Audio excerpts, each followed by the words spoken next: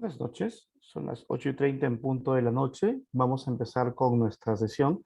Bienvenidos en nombre del grupo CPT a este espacio de interaprendizaje, un espacio donde intentamos nosotros recrear unos criterios que creemos que son importantes en el desarrollo de ciertos contenidos.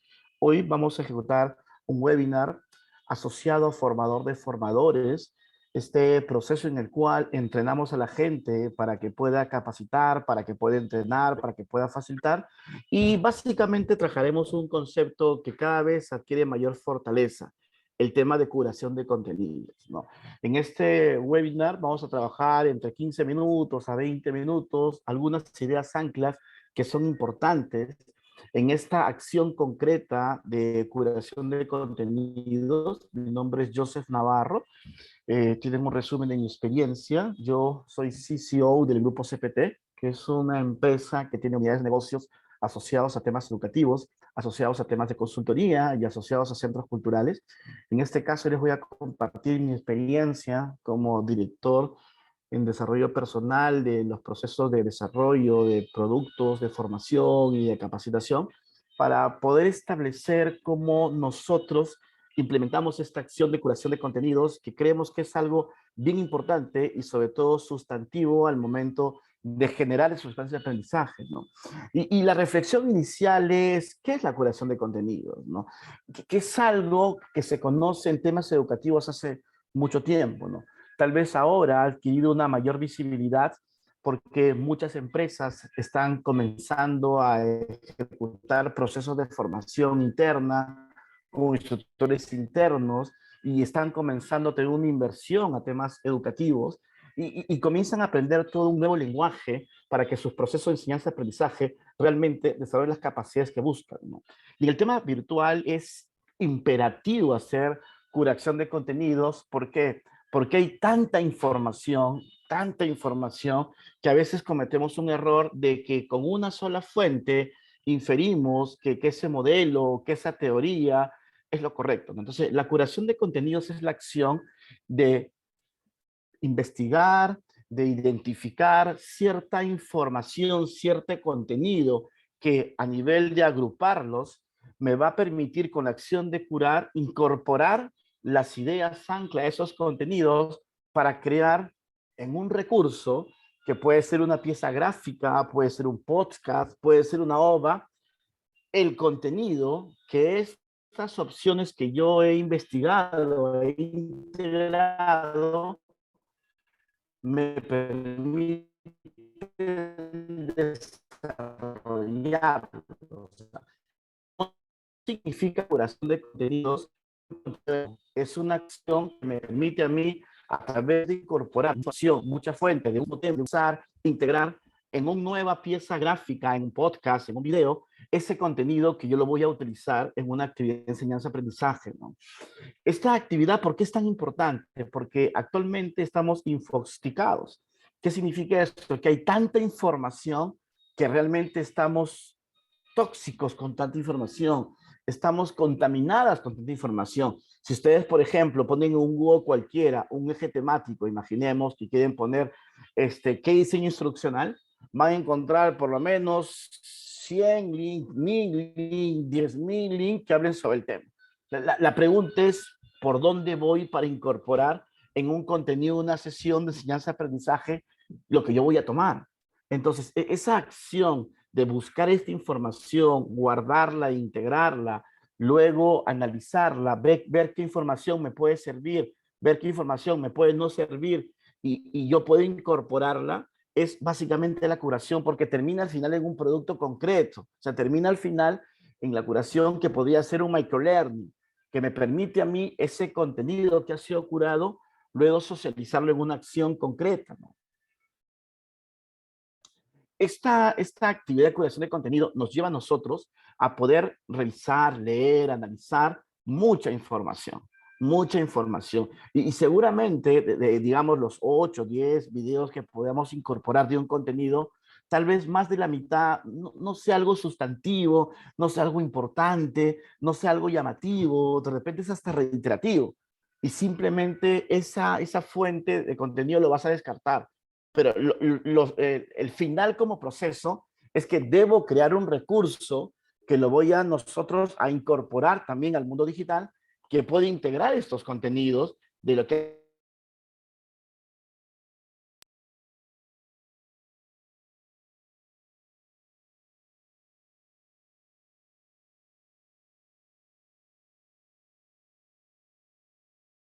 hay contenido, que la información es directa, es a la vena, que permite incorporar ciertas ideas anclas de ese contenido. Y esa infografía que fue hecha por alguien de nuestro equipo fue realizada en base a la curación de contenidos. Se tuvo que incorporar, se tuvo que agrupar, se tuvo que guardar. Y también uno se pregunta, como son temas digitales, ¿dónde los guardo? Es recomendable de que ustedes puedan tener un repositorio, Pockets, por ejemplo, que les permite guardar todos sus enlaces, ¿no? Y hacerte un archivo de contenidos en el cual yo, vamos a ver un modelo un ratito, puedo ir incorporando poco a poco de acuerdo a lo que yo quiero tener como información, pero al mismo tiempo también descartar, porque como decía, hay tanta información y de acuerdo a mi experiencia en estos temas educativos es la gran mayoría no es valiosa, o sea, la gran mayoría está, es copia de copia de copia, o la gran mayoría es una repetición permanente en el cual tu rol como docente, como facilitador, como educador, sea el rol que estás buscando, es que en la ejecución de ese contenido, que es parte de tu diseño instruccional, tengas una claridad que ha sido curado, que permite mantener lo que tú quieres co-crear en la sesión, y si de repente va a ser parte de un producto de aprendizaje, es genial. Que como proceso conceptual, la curación de contenidos es una acción imprescindible que las personas que nos dedicamos a temas educativos tenemos que conocer, ¿no? Incluso ya se llega a que hay personas básicamente especialistas en esto, en la curación de contenidos, ¿ok? No necesariamente desarrollan los productos del contenido, porque para eso necesitas manejar tecnología, o sea, hacer una infografía como la que estamos viendo de repente en Canva, en Geniali, no es tan sencillo a nivel técnico. ¿Ok? Porque también la pieza gráfica, como pieza gráfica, debe tener cierta estética, cierto dinamismo visual, cierta composición, y para eso están los diseñadores, ¿ok? Pero en el mundo educativo digital ya se están abriendo muchas especialidades para que cada uno pueda cumplir su rol, el rol concreto, exacto, que tenga su aporte de valor. Entonces, ¿cómo funciona esto de curación de contenidos? Vamos a hacer un ejercicio que creo que va a ser importante para incorporar básicamente los aspectos fundamentales que ustedes podrían tener en cuenta al momento de crear un contenido, ¿no? Vamos a compartir una pizarra. Si yo, por ejemplo, yo como acción, vamos a imaginar que tenga que ejecutar un programa, un curso, un taller, imaginemos, estoy hablando de comunicación corporativa, que eso sea lo que yo tendría que generar como contenido. Yo voy a buscar de repente un paper, yo voy a buscar de repente una OVA, yo voy a buscar de repente un webinar, yo voy a buscar de repente un podcast, y son muchos recursos que yo estoy buscando, ¿ok? Que son las fuentes de información que me van a permitir a mí desarrollar un contenido, que es comunicación corporativa, voy a ser mucho más exacto. Comunicación corporativa, imaginemos que sea stakeholders, ¿no? Los grupos de interés, que eso sea importante para mí como contenido de una sesión. Si yo agarro y establezco mi ruta, que me va a permitir a mí incorporar. Ok, excelente. Ahora, más o menos, para que tengan una idea, si yo voy a incorporar un recurso, es posible que haya tenido que ver 3, 4, 5 papers, tranquilamente. Es posible que de repente haya tenido que escuchar 4 o 5 podcasts. De repente, el primer video la atiné genial, pero es mucha información que yo tengo que curar. Una vez de toda esta información, va a salir ciertos inputs de toda la información. Evidentemente, toda esta información que yo he incorporado mediante la acción de la curación es el contenido que ya está preparado, pero hasta ahí no es suficiente. Si fuera una clase presencial, tal vez con mi exposición dialogada en un conversatorio podría socializarla, pero en el mundo virtual no es así. Con esa información yo tengo que crear un recurso concreto, ¿ok? Un recurso concreto bajo el paraguas virtual. Entonces yo decido de repente, porque esa es mi percepción, crear un podcast. Esa es mi idea. Entonces yo sé que los podcasts tienen su propia estructura, su propio diseño, su propia ruta. Entonces, en el podcast que yo estoy diseñando, evidentemente tengo que seguir esa metodología que tiene el podcast como podcast. No es común que la persona que integró estos contenidos necesariamente sea experto tecnológico. No es común, porque puede no serlo. ¿Ok? Si lo puede hacer, genial. ¿Ok? Entonces, él incorpora este podcast en base a esta metodología y crea un podcast de contenido de comunicación corporativa asociado a los stakeholders. Ya tiene el podcast, pero ese podcast, para que pueda cumplir todo el proceso, él tiene que incorporarlo a una fuente, a una red, al mundo digital, para que ese podcast sea el contenido que agrupa lo que ha curado de toda la otra información. Entonces, ese proceso de pasos de incorporación, esa acción, es curación de contenidos. Es eso que permite que de repente, no sé, pues María, Miguel, Cristian, Joseph, que después quieren incorporar un recurso didáctico a una actividad concreta, ya él solamente se basa en ese podcast que ya fue curado. ¿Ok? Porque evidentemente cuando una persona es experta temática, se da cuenta que el contenido de ese recurso tiene o no los estándares que él necesita para la ejecución de su sesión de clase. No, por eso le decía, hay personas que son expertas en contenido, es decir, toda esta parte de acá. Son sumamente expertas, bien por ellos. No significa que sean expertas en hacer el recurso, que es otra área diferente. Por eso cuando nosotros entramos a estos temas de curación de contenido, un rol sustantivo es comprender que estamos intoxicados con información. Intoxicados. Hay demasiada información. Y bajo mi percepción o mi experiencia, creo que la mayor cantidad de información, de contenido, no sirve para nada. Esa es mi percepción. ¿Okay? Entonces, cuando uno bucea temas, recuerden que los que bucean el tema son expertos temáticos, son expertos en contenido. Y como son expertos temáticos, pueden buscar los recursos que se encuentran para que él audite el contenido que quiero curar. No, vamos a imaginar que yo quiero hacer una curación de contenidos acerca de cómo utilizar la matriz de SAP. Es una herramienta de información. Excelente. El mismo proceso. Incorporar información. Una vez de incorporar información, veré qué sirve y qué no sirve. Y en base a todo esto, ya tengo yo la curación, que es todo el contenido que como información ya quedó. Y ahí me queda claro.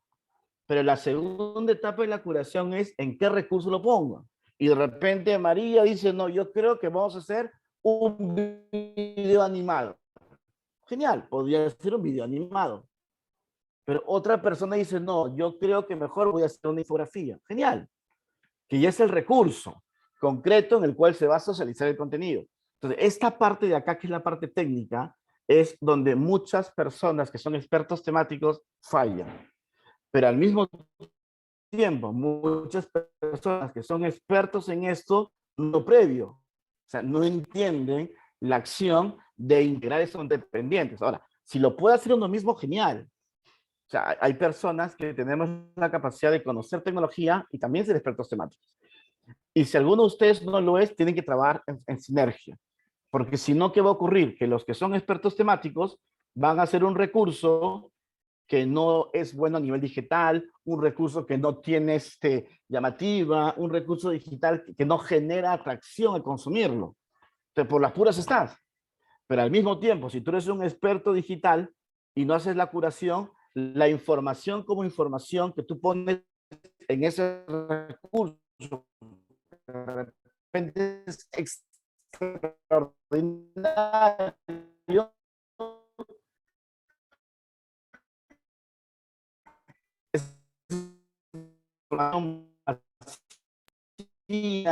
no llamativa, absurda, porque que pensar es una actividad que yo creo que mientras más personas comienzan a trabajar con ella, la posibilidad de generar mejores contenidos es mayor, Recuerden que al final en estos nuevos modelos de enseñanza-aprendizaje, los alumnos tienen acceso a contenidos, el contenido como contenido, tienen acceso en tiempo real. Por eso cuando entramos a estos procesos de enseñanza-aprendizaje, nuestro rol es la curación de contenidos, de compartir un contenido que ya ha sido curado, es decir, que el contenido y en un recurso las acciones que estamos generando. Entonces, eso es lo que les he querido compartir en esta sesión muy asociada al tema de microlearning, ir directo a las cosas concretas. Yo les aseguro de que si ustedes ponen ahorita en un Google cualquiera un contenido, les van a aparecer tantas páginas que va a ser poco probable que ustedes puedan realmente validarlas. Por eso cuando uno entra a este sistema de curación de contenido, va haciendo sus bitácoras de aprendizaje, sus repositorios de conocimiento, su Pocket donde guardamos, y nos es más fácil comenzar a bucear con una mayor calidad el contenido. Pero recuerden, la segunda parte, que también es importantísima, es de que ustedes preparen un recurso digital, que ese recurso digital realmente cumpla las expectativas del mundo digital. ¿Ok? Un gusto que nos hayan acompañado, cuídense mucho, sigan cuidando a sus familias, un fuerte abrazo y seguramente nos vamos a ver en una próxima oportunidad. Gracias, buenas noches. Gracias, Joseph. Hasta luego. Toda esa muerte, yo sé.